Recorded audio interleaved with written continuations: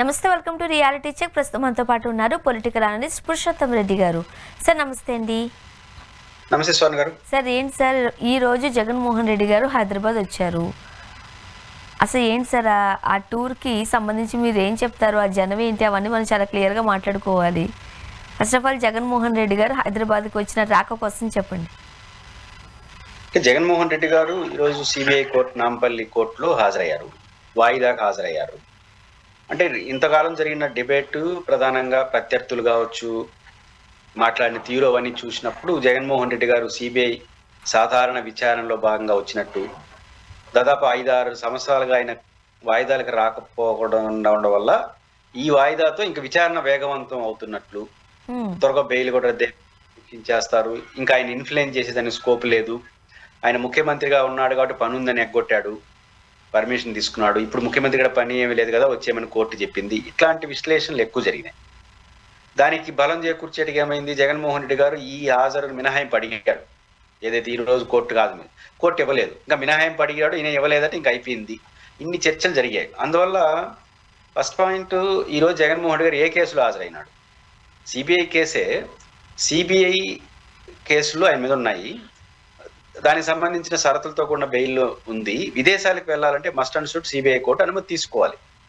ఒకసారి విదేశీ పర్యటనకి వెళ్ళొచ్చిన తర్వాత కోర్టు తన ముందు హాజరుగమ్మని ఎవరికన్నా చెప్తుంది. విదేశీ పర్యటనకు అనుమతి తీసుకొని పోయిన వాళ్ళు తిరిగి వచ్చినప్పుడు తిరిగి వచ్చాడా లేదా ఏమి అని ఉంటుంది. రెండోది, ఈ మొత్తం ప్రాసెస్లో ఒక చిన్న డిస్టర్బెన్స్ ఏం జరిగింది, సిబిఐ మధ్యలో ఒక అఫిడవిట్ దాఖలు చేసింది, ఆయన ఫోన్ నెంబర్ రాంగ్గా ఇచ్చినాడు అన్నట్టుగా. దానికి కూడా వివరణ ఇవ్వాల్సి వచ్చింది. ఎందుకంటే జగన్మోహన్ రెడ్డి గారు రాంగ్ నెంబర్, ఆయనకు ఫోనే లేదు, ఇంకా రాంగ్ నెంబర్ ఎట్ అవుతుంది, ఫోనే లేదు. ఫోన్ లేదు కాబట్టి ఆయనతో పాటు ఒక ఫోన్ నెంబర్ ఇచ్చినాడు. ఎవరికైనా మీరు ఏ ఫోన్లో అందుబాటులో ఉంటే నా ఇష్టం వచ్చిన ఫోన్ మీకు ఇస్తా, అంతే తప్పది నీ ఫోనా మీ ఇంట్లో ఫోన్ అది మీకు అనవసరం, మీకు ఆ ఫోన్లో అందుబాటులో ఉన్నానా లేదా అనేది. అంటే ఇట్లాంటి కొన్ని డిస్టర్బెన్స్ కూడా వచ్చాయి కాబట్టి ఆయన ఒక సాధారణ విదేశీ పర్యటనకు వచ్చి తిరిగి దేశానికి వచ్చిన నేపథ్యంలో అటెండెన్స్ చేసుకోవడానికి ఇచ్చిన పర్యటన మాత్రమే ఇది. దానికి సంబంధించిన వాయిదా మాత్రమే తప్ప జగన్మోహన్ రెడ్డి గారి కేసుల యొక్క రెగ్యులర్ కేసులు కానీ లేదా రెగ్యులర్ ఆయనకి కొంత మినహాయింపు ఉంది, ఏదది సాధారణ హాజరు నుంచి మినహాయింపు పొందున్నాడు, అది రద్దు అయిపోయినట్టు కానీ ఇప్పట్లో భావించలేము. ఈరోజు వచ్చింది విదేశ పర్యటనకు తిరిగి వచ్చిన నేపథ్యంలో అటెండెన్స్ చేసుకున్నారు, వచ్చారు, నమస్కారం పెట్టారు, కోర్టు ఏమైనా చెప్పాల్సి ఏమి చెప్పాల్సిన అవసరం లేదన్నాడు, వాయిదాకి వెళ్ళిపోయాడు. ఇంకా నెక్స్ట్ సిబిఐ ఏం చేస్తుంది, ఆ సిబిఐ కేసులో ఎట్టా ప్రారంభం అవుతుంది అనేది నెక్స్ట్ తేలుతుంది. మరీ ముఖ్యంగా జగన్మోహన్ రెడ్డి గారి మీద పలు కేసులు నమోదైన నేపథ్యంలో అసలు ఏ కేసు మీద వచ్చారు, ఇంకంతే, ఇంకే తరచూ జగన్మోహన్ రెడ్డి గారు జైలుకి హాజరు కావాల్సిందే, ఇలా రకరకాలు సోషల్ మీడియాలో రూమర్స్ ఉన్నాయి. నిజంగా రూమర్సేనా అవి? ఏం చెప్తారు?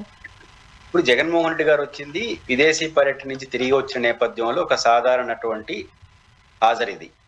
అయితే జగన్మోహన్ రెడ్డి గారి సిబిఐ రెగ్యులర్ కేసుల్లో ఆయన సాధారణ మినహాయింపు, హాజరు సంబంధించి మినహాయింపు తీసుకున్నాడు.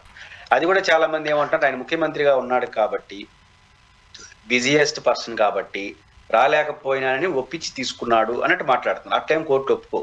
ఇప్పుడు నేను ఒక తప్పు చేస్తాను, నాకు బిజీగా ఉన్నాను సార్, నాకు చాలా 100 కోట్ల రూపాయలు విలువైన పరిశ్రమలు నడుపుతున్నాను, లేకపోతే నేను ఎమ్మెల్యే ఉన్నాను, నాకు చాలా బిజీ కుదరదంటే కోర్టు ఒప్పుకున్నాయి అనుకున్నా, అందరూ ఎమ్మెల్యేలు అవుతారు. ఇప్పుడు నేరం చేసిన అందరూ ఎమ్మెల్యేలు అవుతారు. అది అట్లా ఇంకేం జరుగుతుంది? కాబట్టి కోర్టులు అట్లేవో. జనరల్గా ఏంటంటే సోనగారు, బేసిక్గా ముద్దాయి యొక్క ఆబ్సెన్సీలోనే విచారణ జరగాలి. ఎవరి మీద కేసు పెడతారో వాళ్ళు సమక్షంలో విచారణ జరగాలి. ఇది సాధారణ న్యాయ ప్రక్రియ. అయితే కొన్ని సందర్భాలు ఎలా ఉంటాయంటే, ఉదాహరణకు మేము కూడా విద్యార్థి నాయకులకు ఉన్నప్పుడు ధర్నాలు రాస్తారోకోలు చేసినప్పుడు 10 మంది 20 మంది 30 మంది కేసు పెడతారు. అది తేలే లోపల 2-3 ఏళ్ళు పడుతుంది. ఈ 2-3 ఏళ్ళలో కనీసం 2 ఏళ్ళు ఊరికే పోవడం, నమస్కారం పెట్టడం, వచ్చామని చెప్పేసి రావడం ఉంటుంది. వాయిదాలే జరుగుతుంటాయి, ప్రాసెస్ డిలే ప్రాసెస్ ఉంటుంది. అప్పుడు కోర్టులు ఏం చేస్తారంటే, మొదటిసారి పోయినప్పుడు మీరు మీ పైన పోలీసులు ఇది నేపం మోపారు, ఇది మీరు అంగీకరిస్తున్నారా అంటే, మేము ముక్త కంఠంతో అంగీకరించలేదు మేడం అంటాం జడ్జి గారిని. ఆ తర్వాత మళ్ళీ ఎప్పుడో ట్రయల్స్ జరుగుతుంది, అప్పుడు అడుగుతారు క్వశ్చన్స్. అప్పటి వరకు వాయిదా పోవడమే. అప్పుడు ఏ కోర్టుకి ఒక చిన్న ప్రొవిజన్ ఏముందంటే, 10 మంది ఉంటాం కదా, ఒకరిని హాజరుపరిచి మిగతా వాళ్ళు ఆబ్సెంట్ అవుతాం. అట్లా కోర్టు పర్మిషన్ ఇస్తుంది. ఎందుకంటే టైం వేస్ట్ కదా కోర్టు, ఇది రోజు ఆప్షన్ వాయిదా వేయడానికి అందరూ హాజరవలసిన అవసరం లేదు. అట్లే జగన్మోహన్ రెడ్డి గారు తన అఫిడవిట్లో పేర్కొన్నాడు, ఆయన ముఖ్యమంత్రి బిజీ చెప్తూనే ఇంకో మాట ఏంటంటే, మన లాయర్ ఉంటాడు, మా lawyer options continue by case అని చెప్పడం వల్ల ఈయన హాజరు కాకపోయినా కేసు ఎక్కడ ఆగలేదు. కాబట్టి జగన్మోహన్ రెడ్డి గారు 5-6 సంవత్సరాల పాటు కేసుకు హాజరలేదు కాబట్టి కేసు నడవట్లేదని చాలా మంది అంటారు. అది తప్పు. అసలు ఇప్పుడు జరుగుతుంది ట్రయల్స్ కాదు, డిశ్చార్జ్ పిటిషన్. జగన్మోహన్ రెడ్డి గారు ఈ కేసు విచారణ అర్హత లేదు కొట్టేయని అంటున్నాడు. కేసు విచారించడం కాదు, విచారణ అర్హత లేదు కొట్టేయని ప్రారంభంలో చేసినాడు. ఇప్పుడు అది నడుస్తా ఉంది. అది నడిచినప్పుడు టెక్నికాలిటీస్ కాబట్టి ఈ మినహాయింపుల్ని జగన్ గారికి ఇచ్చింది.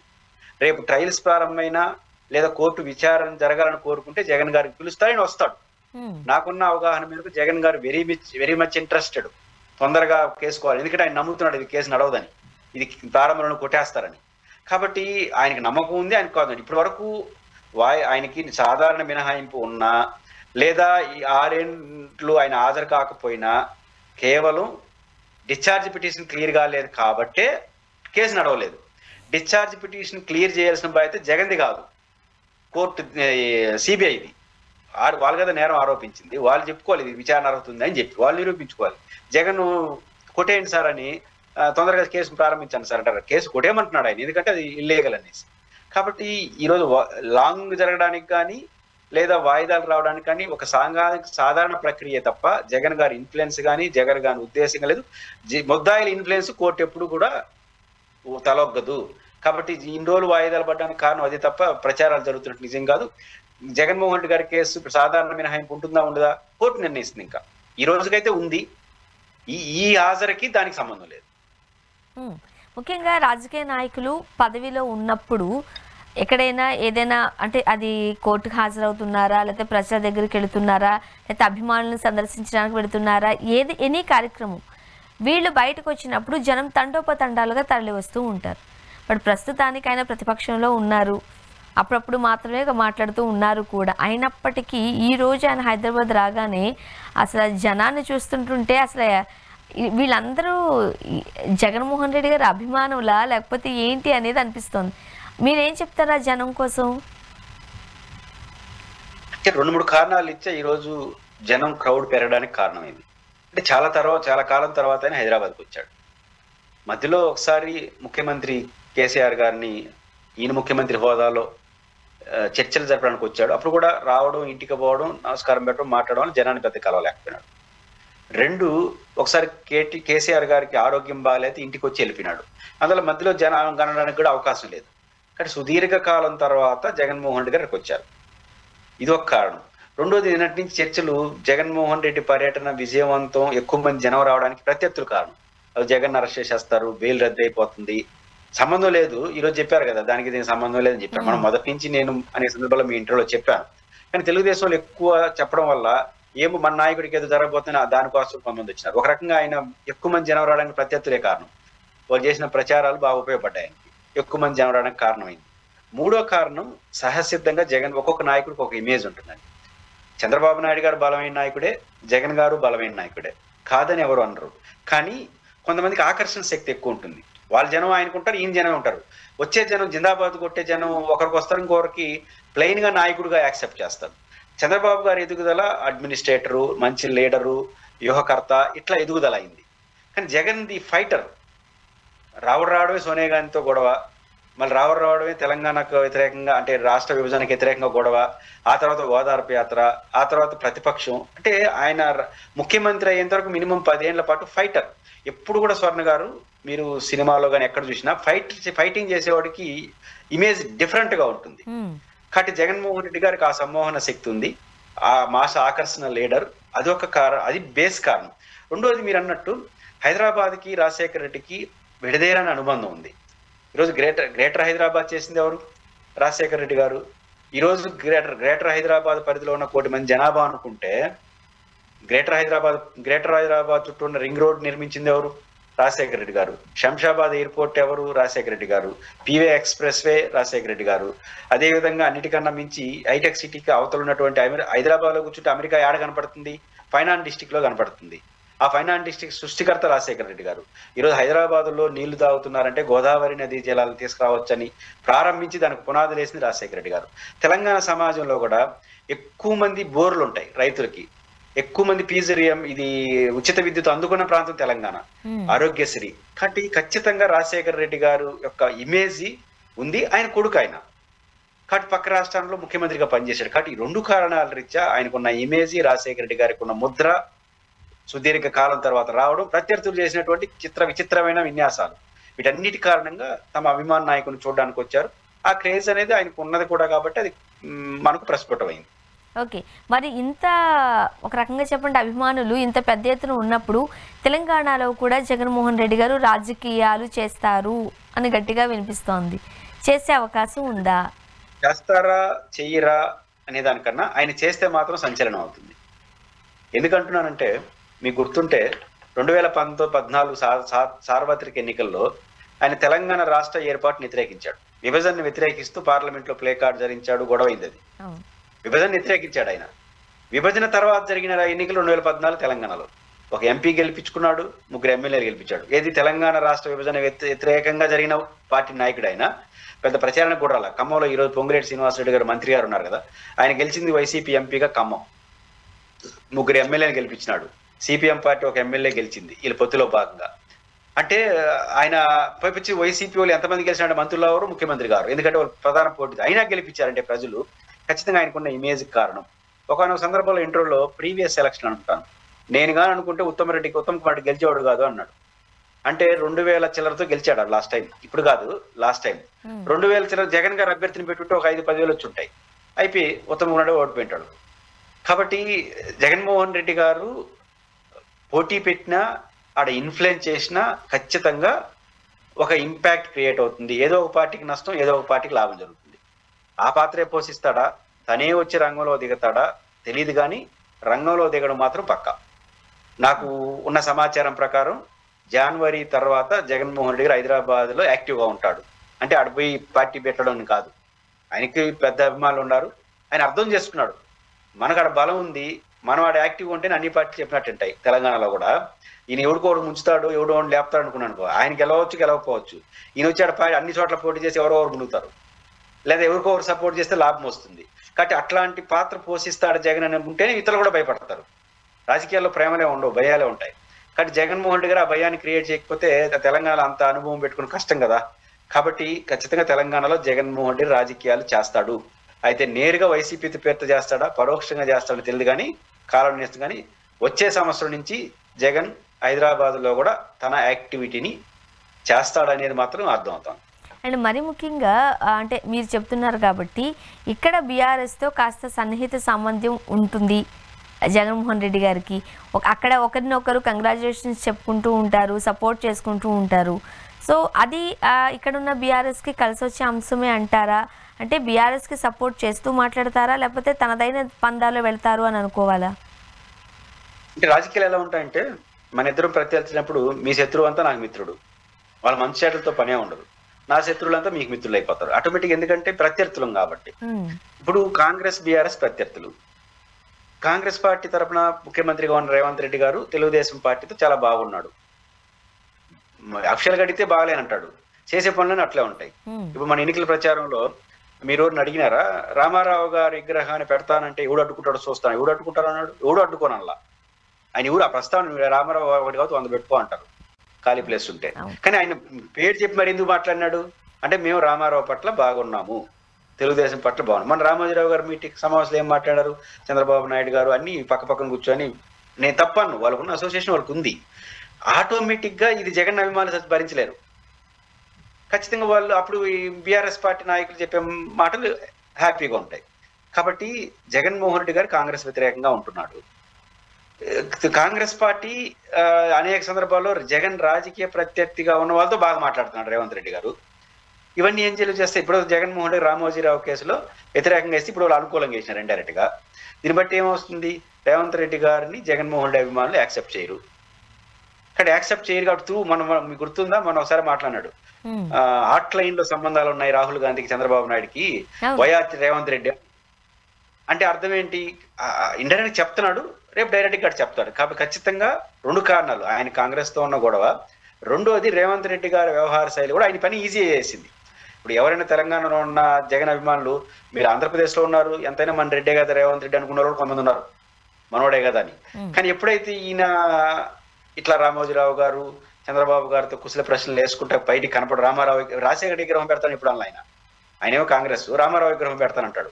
కాబట్టి ఇట్లన్నీ చూసినప్పుడు ఏమవుతుంది, నేచురల్ గా రేవంత్ రెడ్డి గారిని అభిమానించే జగన్ అభిమానులు కొంత హర్ట్ అవుతారు. ఆ హర్ట్ అయిన వాళ్ళు బీఆర్ఎస్ ఆటోమేటిక్ గా దగ్గర తీసుకుంటుంది. కాబట్టి ఖచ్చితంగా ఇది బీఆర్ఎస్ కి ఎంతో కొంత లాభం అయితే జరుగుతుంది. ఓకే, ఇప్పుడు ఒకవేళ కనుక జగన్మోహన్ రెడ్డి గారు రాజకీయాలు చేసినట్లయితే అది ప్రత్యక్షంగానో పరోక్షంగానో తెలంగాణ రాజకీయాలు ఎలా ఉండబోవచ్చు అంటారు? ఆయన ఖచ్చితంగా ప్రభావితం చేస్తాడు. ఎవరికొవరికి నష్టం, ఎవరికొవరికి లాభం జరుగుతుంది. ఆ లాభం నష్టం ఓటమి గెలుపు అంత ఉండకపోవచ్చు, కానీ నష్టం లాభం జరుగుతుంది. ఖచ్చితంగా ఇక్కడ శర్మిల గారు పోషిస్తున్న పాత్ర, ఢిల్లీలో కాంగ్రెస్ పార్టీ 2-3 సార్లు ప్రెస్ మీట్ పెట్టారు రాహుల్ గాంధీ గారు. ఆంధ్రప్రదేశ్ గురించి మాట్లాడాల, ఎలక్షన్ చోరు, ఓటు చోరీ వాటికి సంబంధించి. రేవంత్ రెడ్డి గారు రామోజీరావు ఫిలిం సిటీలో పాల్గొంటాడు, అదో కళాఖండం అంటాడు, చంద్రబాబు గారితో రెస్పెక్ట్ గా ఉంటాడు, రామారావు విగ్రహాలు పెడతానంటున్నాడు. ఇన్ని పెట్టిన తర్వాత ఆటోమేటిక్ గా ఆయన బీఆర్ఎస్ తాను ఎవరైతే రేవంత్ రెడ్డికి రాజకీయ వాళ్ళకు అనుకూలంగా మారుతుంది. జగన్మోహన్ రెడ్డి గారు సూటిగానే మాట్లాడతాడు. ఖచ్చితంగా జగన్మోహన్ రెడ్డి రోలు ఎంత పర్సంటేజ్ చెప్పలేము, కానీ సమ్ పర్సంటేజ్ ఉంటుంది. ఆ సమ్ పర్సంటేజ్ కాంగ్రెస్ కే నష్టం. కాంగ్రెస్ కి నష్టం జరిగింది, ఆటోమేటిక్గా అది బీఆర్ఎస్ కి లాభం అవుతుంది. ఓకే, అండ్ జగన్మోహన్ రెడ్డి గారి టూర్లో ఒక ఆసక్తికరమైన సంఘటన జరిగింది. చాలామంది ఇలా జరగాలి అని కోరుకున్న వాళ్ళే ఎక్కువ మంది ఉన్నారు కూడా. లోటస్ పాండ్కి వెళ్ళారు, తల్లి విజయమ్మ గారిని కలుసుకున్నారు, కలిసి భోజనం చేశారు. ఒకటి మన జగన్మోహన్ రెడ్డి గారికి సొంత ఇల్లు హైదరాబాద్ లో ఉంది. లోటస్ పాండ్ లో ఏదైతే ఉందో ఆయన కట్టిన ఇల్లే. అది 4 పోర్షన్స్ గా ఉంటాయి. ఒకవైపు 2, ఇంకోవైపు 2. నేను చూశాను దూరం నుంచి. ఒకవైపు ఉన్నది ఆఫీసులుగా పర్పస్ గా వాడుకున్నారు. ఇప్పుడు జగన్మోహన్ దాన్ని 4 పక్షాలుగా ఉంటాయి. 4లో 2 జగన్ గారిది, 2 శర్మిల గారిది, పార్ట్ గా. జగన్మోహన్ రెడ్డి గారికి ఒకవైపు ఉండేది హాస్పిటల్ రన్ అవుతుంది, అప్పుడు పార్టీ ఆఫీస్ రన్ అయింది. ఈ పక్క ఇల్లు ఉంటుంది. శర్మిల గారిది అనిల్ గారి ఆఫీస్ ఉంటుంది, ఇది క్రిస్టియన్ మిషనరీకి సంబంధించి ఆఫీస్ ఏదో ఉంటుంది. బ్యాక్ సైడ్ శర్మిల గారి ఇల్లు ఉంటుంది. జగన్మోహన్ రెడ్డి గారు ఎప్పుడైతే ఆంధ్రప్రదేశ్ ముఖ్యమంత్రి కావడం తర్వాత కారణాలు ఏమైనా సరే బెంగళూరుకి వెళ్తాడు. ఇప్పుడు బెంగళూరు హౌసెస్ లో ఉంటున్నాడు. సో ఇక్కడికి రావడానికి పెద్దగా ఇష్టపడట్లే ఆయన. కారణం ఇక్కడ రేవంత్ రెడ్డి గారు ఆ ఇరిటేషన్ కూడా ఉంటుంది కాబట్టి ముఖ్యమంత్రి. సో ఆయన బెంగళూరులో ఉంటున్నాడు. కానీ ఇప్పుడు ఈ ఎపిసోడ్లో ఎందుకు వచ్చాడు కాబట్టి ఇంటికి పోయి వచ్చాడు. ఆటోమేటిక్గా ఆయన ఇల్లు ఉంది కాబట్టి రెగ్యులర్ గా ఆయనకి రాడు కాబట్టి ఆయన ఇల్లే లేదనుకుంటున్నారు చాలా మంది. ఆయనకంటూ ఇల్లు ఉంది. భారతి గారు ఎప్పుడు హైదరాబాద్ వచ్చినా ఆయన వాళ్ళ ఇంట్లోనే ఉంటారు. తక్కువ వస్తారు, వారానికి ఒకసారి 2 సార్లు వస్తారు, ఆమె ఇంట్లో ఉంటుంది. అయితే శర్మిల గారి ఇంట్లో విజయమ్మ గారు ఉంటున్నారు. కాబట్టి విజయమ్మ గారు ఇప్పుడు కొడుకు వచ్చాడు కాబట్టి వచ్చుంటారు, కలిసి భోజనం చేస్తుంటారు, ఆప్యాయంగా మాట్లాడుకుంటారు. అది పెద్ద విషయం కూడా కాదు. సో కాకపోతే ఏం చర్చ వస్తుందంటే ఈ మధ్య కేసులు కోర్టు వరకు వెళ్ళడం, శర్మిల గారి ఆస్తి తగాదా కేసులు అన్ని ఉన్నాయి కాబట్టి వీడు మాట్లాడుకోవాల్సిన పోయినాడా, ఇట్లాంటి చర్చగా నడుస్తుంది. సహజంగా స్వర్ణ గారు బేసిక్ గా తల్లి కుటుంబంలో ఒక సమస్య వచ్చినప్పుడు ఎందుకు కలిసిన పాత విషయాలు గుర్తుకొస్తాయి. బట్ జగన్ గారి యాటిట్యూడ్ ఏంటంటే ఎంతవరకు మాట్లాడాలో అంతవరకే మాట్లాడతాడు. మాట్లాడకూడదు అనుకున్న విషయాలు ఎవరు చెప్పినా మాట్లాడు. కాబట్టి ఈ రోజు ఒక సాధారణంగా వెళ్ళాడు, తల్లి అక్కడే ఉంది కాబట్టి సాధారణంగా తల్లి కొడుకు ఏం మాట్లాడుకోవాలో అవే మాట్లాడుకుంటారు తప్ప రాజకీయాలు, ఇంటి గొడవలు, శర్మిల గారి విషయాలు అసలు చర్చకి కూడా వచ్చుంటాయి నేనైతే అనుకోను. ఒక తల్లి కొడుకుల మధ్య సాధారణ అనుబంధంగానే ఈ రోజు జరుగుతుందని అనుకుంటున్నాను. అలానే అన్నా చెల్లెళ్ళ అనుబంధం కూడా మనం అక్కడ చూడొచ్చు అంటారా? షర్మిల గారిని కూడా పలకరించి ఉండొచ్చు అంటారా? మాట్లాడుకుని ఉండొచ్చు అంటారా? శర్మిల గారు ఇంటికి శర్మిల గారు ఉన్నారు. శర్మిల గారు ఉన్న పోర్షన్ ఇంటికి అయితే జగన్ పోయినాడు. ఆయన సొంత ఇంటికే పోయి ఉంటాడు. ఆడికే విజయమ్మ గారు వచ్చి ఉంటారు. పక్కనే ఆనుకొని ఉంటుంది. డోర్ తెరిస్తే వెళ్ళిపోవచ్చు. పక్కంటే రోడ్డు గడ దాటాల్సిన అవసరం లేదు. డోరే, లోపల డోరే. అయితే శర్మిల గారితో మాట్లాడే ప్రసక్తే లేదు. ఎందుకంటే వాళ్ళు ఒక దూరం వెళ్ళిపుచ్చినారు. ఎందుకు శర్మిల గారికి సంబంధించిన ఆస్తి తగాదా వచ్చినప్పుడు జగన్ గారు ఆన్ అప్డేట్ లో రాశాడు, నా చెల్లి మీద ప్రేమతో వాత్సల్యంతో నేను ఈ ఆస్తిని షేర్లు బదలాయించాలనుకుంటాను. ఈ మధ్య కాలంలో రాజకీయ ప్రత్యర్థిగా మారిపోయింది, ఇష్యూస్ ఉన్నాయి, ఆ ప్రేమ ఆ వాత్సల్యం పోయిందని రాసినాడు. పేపర్ మీద రాసినాడు. రాసి భవిష్యత్తులో మళ్ళీ పునరుద్ధరణ జరిగితే మళ్ళీ చూస్తానని చెప్పినాడు. అంటే షేర్లు తీసుకున్నాడు వెనక్కి. కాబట్టి అదేది పేపర్లో కోర్టు కోసం రాయలే ఆయన. అట్లా కోర్టు ఈ బయట రాసినా లోపల రాసినా అట్లే చేస్తాడు. కానీ చెల్లితో ఇప్పట్లో ఆ తగాదా లీగల్ గా జరుగుతుంది, కానీ నైతికంగా మాత్రం ఇంకా కొంత సమయం పడుతుంది. కానీ ఈ రోజు మాత్రం తల్లి కొడుకుల ప్రేమకే పరిమితం అయి ఉంటారు అనుకుంటాను. మధ్యలో ఏదైనా ఆమె అడుగుంటే ఈయన ఏదైనా చెప్పుకుంటాడు తప్ప శర్మిల గారి ఎపిసోడ్ ఈ రోజు జరుగుండే అవకాశం లేదు. ఓకే, అంటే మరి ముఖ్యంగా ఇటు అంటే రెండు తెలుగు రాష్ట్రాలలోనూ జగన్మోహన్ రెడ్డి గారి విషయంలో రాజశేఖర్ రెడ్డి గారి కుమారుడిగా జగన్మోహన్ రెడ్డి గారు, కుమార్తెగా షర్మిల గారు, వాళ్ళ అభిమానులందరికీ కూడా అన్నా చెల్లి ఇద్దరూ కలిసిపోవాలి, అమ్మతో మంచిగా ఉండాలి, ఈ కొట్లాట్లు, ఆస్తి తగాదాలు ఇవన్నీ కూడా సమసిపోవాలని చాలామంది కోరుకున్నారు. అది మంచిదైతే బాగుండు అనుకున్నారు. ఈరోజు జగన్మోహన్ రెడ్డి గారు వెంబడి ఇంతమంది జనం వచ్చేసరికి తండోపతండాలుగా వచ్చారు అక్కడికి. మరోపక్క అమ్మ విజయమ్మ గారిని కలవడం, కలిసి భోంచేయడం, ఇవన్నీ కూడా ఒక పాజిటివ్ వైబ్స్ ఇచ్చే అంశాలు. అది కంటిన్యూ అయితే బాగుంటుందని కోరుకుంటారు. నేచురల్గా తల్లి చెల్లి కుటుంబ సభ్యులు బాగుండాలని కోరుకుంటారు. తల్లితో నాకు తెలిసి జగన్ గారికి గొడవ లేదు, శర్మిల గారికి కూడా గొడవ లేదు. తల్లితో బాగున్నారు ఇద్దరు. కాకపోతే ఆస్తుల తగాదాలో తల్లికి రాయించిన ఆస్తులు వెనక్కి తీసుకున్నారని చాలా మంది అంటున్నారు. శుద్ధ తప్పు. సాంకేతికంగా తల్లికి రాసిచ్చిన దాని ఉద్దేశం శర్మిల గారికి ఇవ్వాలని. ఈ వారసత్వం కావచ్చు లేకపోతే గిఫ్ట్ డీడ్ అంటారు కదా, టెక్నికాలిటీస్. ఆ టెక్నికాలిటీ కోసం త్రూ చెల్లికే. కాబట్టి తల్లికి మోసం చేసింది ఏమైనా? తల్లి ఇప్పుడు ఏముంది, ఆయన వ్యాపారస్తులు, సీనియర్ పర్సనాలిటీ, ఆమె హ్యాపీగా మనవరాలతో హ్యాపీగా ఆడుకోవాల్సిన వయసు, దానికి కావాల్సిన ఏర్పాట్లు ఉన్నాయి. ఆమె సొంతంగా ఉండొచ్చు, ఏ కొడుకు దగ్గర ఉండొచ్చు, కూతురు దగ్గర ఉండొచ్చు, పులివెందుల్లో ఉండొచ్చు, బెంగళూరు ఎడనా ఉండొచ్చు.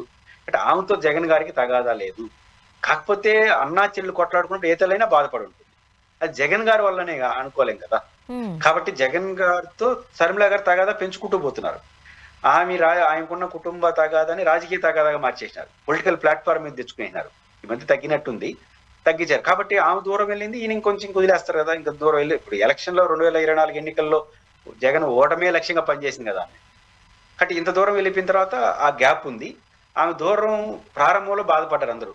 కానీ దూరం పెరిగేసరికి ఇంక శర్మిల గారిని కూడా రాజకీయ ప్రత్యర్థి చూడడం మొదలెట్టారు క్యాడర్. ఇంకా శర్మిల గారు జగన్ తగాదని ఎవరు పట్టించుకోరు. కానీ తల్లికి జగన్ గారు బాగుండాలని కోరుకుంటారు, ఎంత వాస్తవం. అసలు వాళ్ళ మీద సమస్య లేదన్నది అంతే వాస్తవం. వాళ్ళు బాగానే ఉన్నారు. ఏదైనా విజయమ్మ గారు నొచ్చుకొని ఉంటే కొడుకు కూతురు మధ్య బాగుంటే బాగుంటుంది అని నొచ్చుకుంటారేమో తప్ప, నొచ్చుకోని దానికి కారణం జగన్ కాదు కదా, శర్మిల గారు కదా. కొడుకు కూతురు మధ్య గొడవ వస్తే ఏ తల్లైనా బాధపడుతుంది. అట్లాంటి బాధే తప్ప జగన్ గారి వల్ల వచ్చిన బాధ అయితే విజయమ్మకు కాదు. శర్మిల గారు జగన్ గారు బాధలు ఆమె కూడా బాధ ఉంటుంది. ఇద్దరు బాగుండాలని కోరుకుంటారు అంతే తప్ప శర్మిల గారు జగన్ గారికి విజయమ్మ గారికి ఎలాంటి తగాదా లేదు. అండ్ మరోపక్క మనం చూసాం మొన్నటికి మొన్న వైఎస్ఆర్ అధికార ప్రతినిధి కారుమూరి వెంకటరెడ్డి గారి అరెస్ట్కి సంబంధించి బెయిల్ మీద బయటకు వచ్చారు. మీరేం చెప్తారు? అంటే జగన్ మన కారుమూరి వెంకటరెడ్డి బెయిల్ విషయంలో రెండు కారణాలు. ఒకటి కేసు సెక్షన్స్. నిజానికి 7 సంవత్సరాల లోబడి సెక్షన్స్ ఉంటే అరెస్ట్ చేయాల్సిన అవసరం లేదు. స్టేషన్ బెయిల్ ఇచ్చేవచ్చు, నోటీసులు ఇచ్చి విచారణ చేయొచ్చు. దానికి భిన్నంగా సెక్షన్లన్నీ బెయిలబుల్ సెక్షన్స్ కోర్టు ముందు పెట్టారు. కోర్టు అదే చెప్పి పంపించేసింది. అటు వాళ్ళు పెట్టిన సెక్షన్స్ మీకు. రెండోది సందర్భం కూడా ఏమంటున్నారు, ఏవిఎస్ఓ మరణానికి సంబంధించి మాట్లాడాడు అంటున్నారు. ఆయనతో పాటు ఇంకో 100 మంది మాట్లాడినారు. ఇంతగా పెద్ద మాట్లాడి పేర్లే చెప్పారు, ఎక్స్ కారణం వై కారణం అనేసి. ఇవన్నీ చెప్పినప్పుడు ఎలా ఉంటుంది? నేచురల్గా అందరికి విచారించాలిగా. కాబట్టి ఇవన్నీ పరిలో తీసుకున్నప్పుడు వెంకటరెడ్డి గారి పైన పెట్టిన కేసు మిస్ఫైర్ అయింది. కాబట్టి బెయిలబుల్ సెక్షన్స్ ఉండడం, కేసు యొక్క స్వభావం కూడా విచారించి పంపడానికి తగిన విధంగా ఉండడం వల్ల ఆయనకి సాధారణ బెయిల్ వచ్చింది. ఇట్లాంటి కేసు పెట్టి ఆయన కేసు పెట్టడం తప్పు కాకపోవచ్చు, నోటీస్ ఇచ్చి చేయాల్సిందని అరెస్ట్ చేయడం వల్ల ఇది దూరం వచ్చింది. నోటీస్ ఇచ్చి పంపించేస్తుంటే సమస్య వచ్చి ఉండదు. కాబట్టి నోటీస్ ఇచ్చి విచారించి ఏదన్నా నేరం ఎస్టాబ్లిష్ చేసిన తర్వాత పెట్టుంటే అది ఒక రకంగా ఉండేది. అవేం సంబంధం కొట్టేసినారు. దాని ఫలితం ఇది. కాబట్టి వెంకటరెడ్డి గారికి బెయిల్ రావడం ఒక సాధారణ విషయం. పోలీసులు పెట్టిన సెక్షన్స్ పరిమితుల వల్ల ఆయన బెయిల్ వచ్చింది. కానీ రెడ్డి గారు కాబట్టే త్వరగా బెయిల్ వచ్చింది అంటూ సోషల్ మీడియాలో పెద్ద ఎత్తున ప్రచారం జరుగుతోంది. అంటే రెడ్డి గారు బెయిల్ ఇచ్చేది జగన్ గారు ఇస్తారా, జడ్జి గారు ఇస్తారా? బెయిల్ జగన్ గారు ఇచ్చేది కూడా అందరికీ ఇచ్చేస్తారు కదా. కాబట్టి బెయిల్ ఇచ్చేది జడ్జి గారు. వాళ్ళకి కులాలు ఉండవు, ఏముండవు, సెక్షన్సే ఉంటాయి. కాబట్టి మనకి ఇచ్చిన ప్రకారం సుప్రీంకోర్టు ఏం చెప్పిందని పోలీసులను అడిగారు. అంటే అర్థం ఏంటి? సెక్షన్లు ఏం చెప్తున్నాయి, మీరు ఏ సెక్షన్లు పెట్టారు, ఏమడుగుతున్నారు, ఈ యాంగిల్లో వచ్చింది. ఇప్పుడు జగన్మోహన్ రెడ్డి గారు బెయిల్ ఇచ్చేది కాబట్టి ఏమో వెంకటరెడ్డికి ఇచ్చినాడు, ఇంకోటి ఇప్పు లేకపోయినాడండి. మరి ఈ రెడ్డి గారికి బెయిల్ వచ్చింది, మళ్ళీ ఆ రెడ్డి గారికి రావట్లేదు కదా, చెవిరెడ్డి భాస్కర్ రెడ్డి గారికి. ఇంకా ఈయనకన్నా పెద్ద రెడ్డి కదా ఆయన. పైపించి ఇంకొక 2 రెడ్లకి మళ్ళీ ఉన్న బెయిల్ రద్దు అయింది కదా. అంటే నందిగామ సురేష్ గారికి, వల్లభనేని వంశీ గారికి రాలేదు కదా. వల్లభనేని వంశీకి రాలేదు, నందిగం సురేష్కి ఇన్ టైంలో రాలేదు. మరి వీళ్ళు ఇంకా పెద్ద రెడ్లు కదా అంటున్నా. చెవిరెడ్డి భాస్కర్ రెడ్డి పెద్దరెడ్డి, ధనంజయ రెడ్డి పెద్దరెడ్డి, కృష్ణమోహన్ రెడ్డి వీళ్ళిద్దరూ ముక్కు చెవులు కాళ్ళు కదా జగన్కి. ఈయన చాలా మంది లీడర్లు ఒకడు వెంకటరెడ్డి. కానీ వీళ్ళు ముక్కు చెవులు కాళ్ళు. భాస్కర్ రెడ్డి కావచ్చు, ధనంజయ, ఇప్పుడు ధనంజయ రెడ్డి కృష్ణమోహన్ రెడ్డి గారికి ఇచ్చిన బెయిల్ రద్దయింది. ఇప్పుడు మళ్ళీ ఆయన సుప్రీంకోర్టుకి వెళ్ళి ఏమైనా స్టే తెచ్చుకుంటారో చూడాలి. 26వ తేదీ లోపల సరెండర్ కామని చెప్పింది కోర్టు. మరి ఇద్దరు పెద్దరెడ్లు, అందులో తన సన్నిహితమైన పెద్దరెడ్డి వాళ్ళు జగన్ గారి బెయిల్ ఇప్పించలేకపోయినాడు. చెవిరెడ్డి భాస్కర్ రెడ్డి అయితే 140 రోజులు 150 రోజులుగా ఉన్నాడు. ఆయన ఇంట్లో మనిషిలాగా ఉంటాడు. మరి ఆయన బెయిల్ ఇచ్చినప్పుడు పెద్దరెడ్లు వదిలేసి సొంత రెడ్లు వదిలేసి ఈ పెద్ద చంద్రరెడ్డిని ఎందుకు ఇచ్చారు? అది కాదు, ఇచ్చింది జగన్ కాదు, అది సమస్య.